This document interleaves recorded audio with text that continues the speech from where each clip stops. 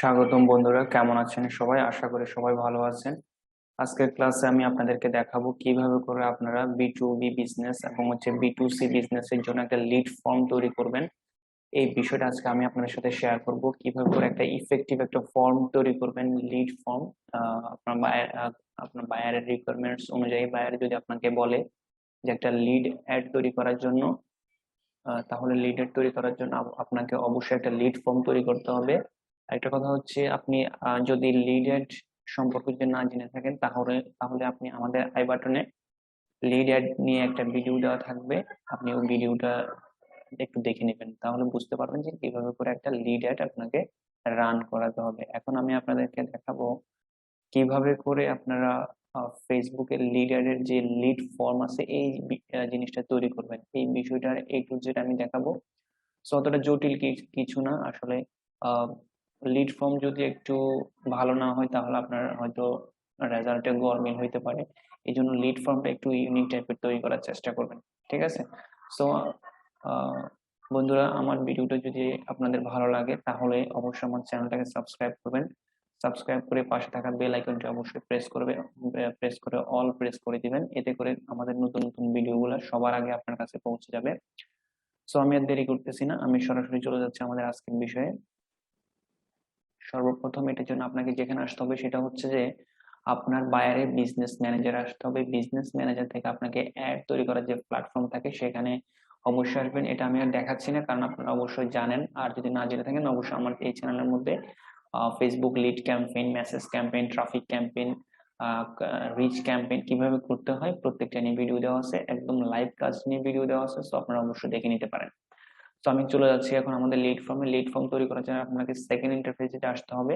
আপনার এটা সেকেন্ড ইন্টারফেসে আসার পর আপনাকে এই যে এখান থেকে ইনস্ট্যান্ট ফর্ম নামে এটাকে সিলেক্ট করতে হবে। অটোমেটেড চ্যাট অথবা কলস আপনাকে সিলেক্ট করলে হবে না, আপনাকে যেটা সিলেক্ট করতে হবে সেটা হচ্ছে ইনস্ট্যান্ট ফর্মস। ঠিক আছে, ইনস্ট্যান্ট ফর্ম সিলেক্ট করে আপনি এখানে পেজ সিলেক্ট করবেন, আপনার পেজ যেটা আছে সেটা। এরপর বাকিগুলো আপনারা জানেন।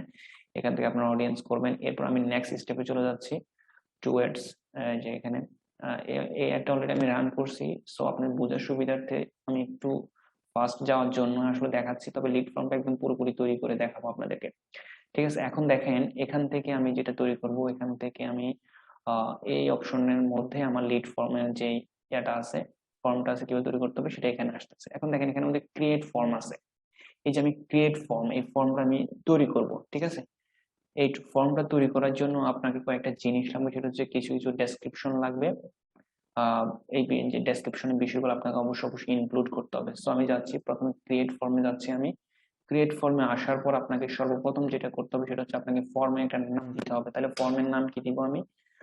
তাহলে আমি ফর্মের নাম দিব, আমরা কোম্পানির নাম অনুসারে দিতে পারেন অথবা আপনার তারিখ অনুসারে দিতে পারেন। যেমন আজকে তারিখ হচ্ছে কত, 29 তারিখ। অবশ্যই আজকে 28 তারিখ, কিন্তু এখন রাত্রে 3টা 42 বাজে, এই জন্য 29 তারিখ হয়েছে। সো আমি 29 তারিখে দিচ্ছি। আর হচ্ছে যে 21। এরপর আমার এটা হচ্ছে কি, এটা হচ্ছে যে একটা লিড ফর্ম। লিড আপনারা আপনাদের মতো করে নাম দিবেন। ঠিক আছে, এরপর এখানে সবসময় মোর ভলিউমটা থাকবে। এরপর এখানে দেবো আমি একটা ইন্ট্রো দিব। ইন্ট্রোর ক্ষেত্রে আপনাকে একটা ইমেজ সিলেক্ট করতে হবে। সো আমার একটা ইমেজ সিলেক্ট করা আছে, আমি এর ইমেজটা সিলেক্ট করতেছি না। আর আপনাদের যদি সিলেক্ট করা না থাকে, এখান থেকে ইউজ আপলোডে গিয়ে এখান থেকে একটা আপলোড ইমেজ করলে আপলোড করে দেবেন, সমস্যা নেই। এরপর এখান থেকে দেখেন একটা হেডলাইন আমাকে দিতে হবে। ঠিক আছে, হেডলাইনটা আমি দিচ্ছি এখানের মধ্যে। আহ আমি দেবো আমার বিজনেস প্যাড অ্যাক্সেসরিজ।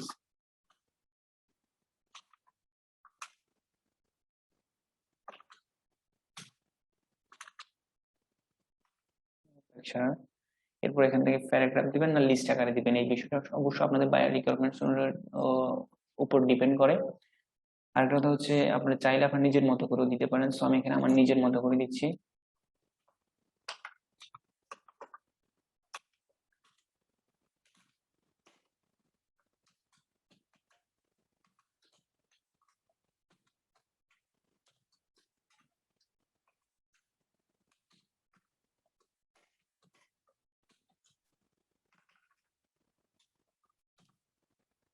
দেওয়ান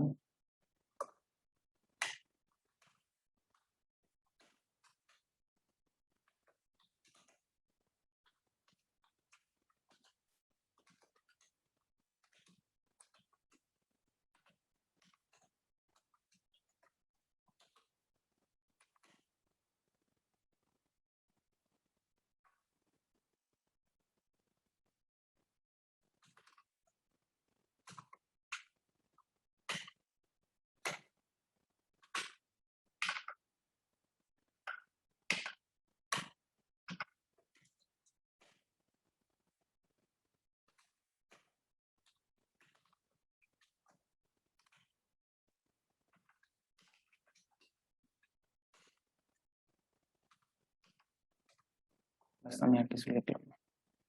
ঠিক আছে, এতটুকু পর্যন্ত থাকলো। এরপর আমি যেখানে যাবো সেটা হচ্ছে কোশ্চেন। এখন দেখেন এখানে আমাদের কোশ্চেন, আপনি চাইলে এখানে অটোমেটিক যেটা দেওয়া আছে সেটা করতে পারেন, অথবা আপনি চাইলে ম্যানুয়ালি তৈরি করতে পারেন কিছু কোশ্চেন। ঠিক আছে, সো আগে আমি দেখি অটোমেটের মধ্যে কি কি আছে। দেখুন এখানে ফুল নেম আছে, ইমেল আছে, আমি এরপর আর কি কি আছে একটু দেখবো। এখানে আমাদের ফোন নাম্বার আছে, street address, city, state, Province, তারপরে কান্ট্রি, ইউজার ইনফরমেশন, আমাদের ফুল নেম, ফার্স্ট নেম আছে, লাস্ট নেম আমি যেটা ইউজ করি। এরপর হচ্ছে ডেমোগ্রাফিক আছে, work information, national ID number. So আমার এত কিছু দরকার না, আমি এখানের মধ্যে হাইস্ট ইউজ করতে পারি। এখান থেকে ফোন নাম্বারটা আমি ইউজ করতে পারি, এখান থেকে আমি ফোন নাম্বারটা ইউজ করতে পারি। এখান থেকে আমি আরেকটা জিনিস ইউজ করতে পারি, সেটা হচ্ছে এখান থেকে সিটি অথবা কান্ট্রি। ঠিক আছে, আমি সিটি অথবা আমি কান্ট্রিটা দিলাম। তাহলে ম্যাক্সিমাম আমাদের এই চারটা জিনিসই লাগে।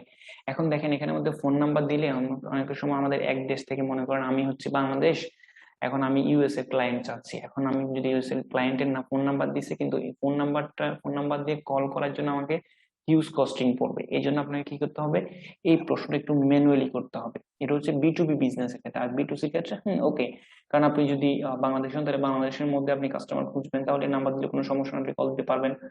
আর যদি বাইরের কোনো কান্ট্রি টার্গেট হয়, তখন আপনার সমস্যা হচ্ছে, এখানে ফোন নাম্বারটা আমরা এখানে দিব না। ঠিক আছে, তারপর আমি ইমেলটাও এখানে দিব না, আমি জাস্ট এখানের মধ্যে ফুল নেম দিব আর হচ্ছে কান্ট্রি দিব, আর বাকি যে দুটো প্রশ্ন আছে সেই দুটো প্রশ্ন আমি এখানে কাস্টম কোশ্চেন দিয়ে দিব। ঠিক আছে, তাহলে কাস্টম কোশ্চেন কিভাবে দিব, যেমন আমি এখানে দিতে পারি হোয়াটসঅ্যাপ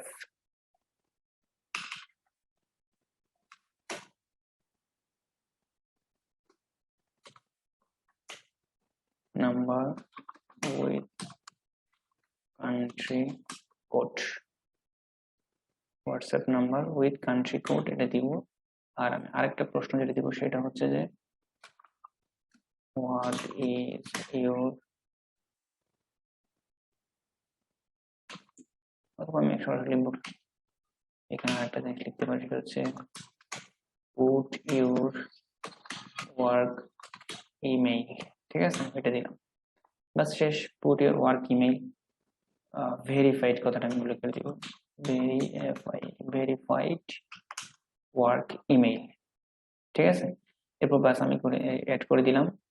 এরপর আর কিছু দেওয়ার দরকার নেই, বাস যেভাবে আছে সেভাবে থাকলো। দুইটা প্রশ্ন আমি অ্যাড করে দিলাম। দেখেন এখানের মধ্যে এটা শো করতেছে, এখান থেকে এটা শো করতেছে, তারপর এখান থেকে এই দুইটার বিষয় শো করতেছে। এখন এখানের মধ্যে আমি যেটা লিখবো সেটা হচ্ছে যে fill up the form accurately, ঠিক আছে, আমি এটা লিখবো, fill up the form accurately, আমি সঠিকভাবে ফর্মটা ফিল আপ করার জন্য বলতেছি। এরপর হচ্ছে প্রাইভেসি পলিসির মধ্যে আপনি কোথায় যাবেন, আপনি আপনার বাইরের যে ওয়েবসাইট আছে বাইরের ওয়েবসাইটে যাবেন। তাহলে বাইরে আমি ওয়েবসাইটে যাচ্ছি, এখান থেকে আমি বাইরের ওয়েবসাইট থেকে প্রাইভেসি পলিসি কোথায় আছে এটা একটু দেখবো। এটা সবসময় সবার নিচেই থাকে, একদম আপনার ওয়েবসাইটের ওয়েব পেজের একদম লাস্টের দিকে দেখবেন এই যে প্রাইভেসি পলিসি, এখানের মধ্যে। বাস এখান থেকে আমি জাস্ট এই প্রাইভেসি পলিসি লিঙ্কটাকে আমি কপি করে নিয়ে আসবো, কপি করে নিয়ে এসে আমার কোথায় বসাইতে হবে, এই যে ঠিক এখানের মধ্যে পেস্ট করতে হবে। পেস্ট করলাম, ঠিক আছে, তারপর এখানের মধ্যে বলে দিব যে follow our rules or privacy policy rules, আমি এখানে জাস্ট লিখে দিচ্ছি।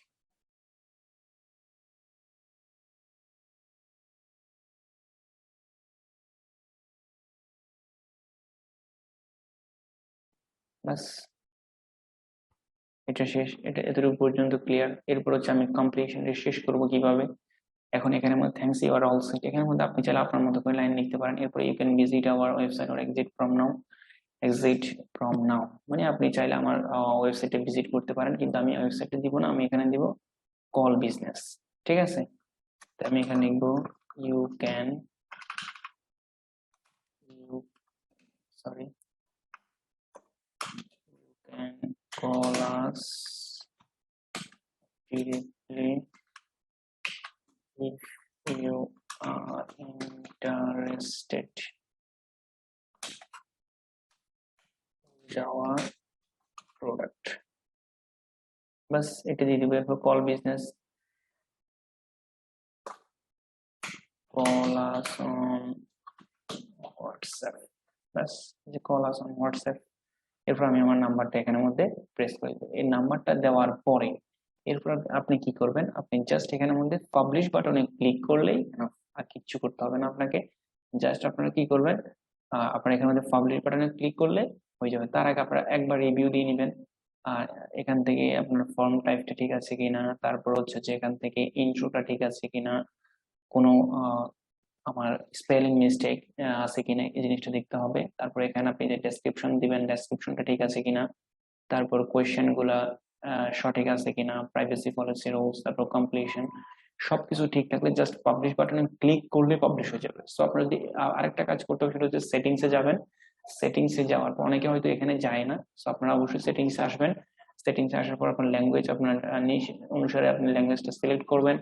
এরপর আপনি যেখানে যাবেন সেটা হচ্ছে ওপেন, জাস্ট ওপেন, রেস্ট্রিক্টেড না দিয়ে ওপেন দিবেন। ওপেন দিলে হবে কি, আপনার যে অ্যাড আছে যে কেউ আপনার একটা ফিল আপ করতে পারবে।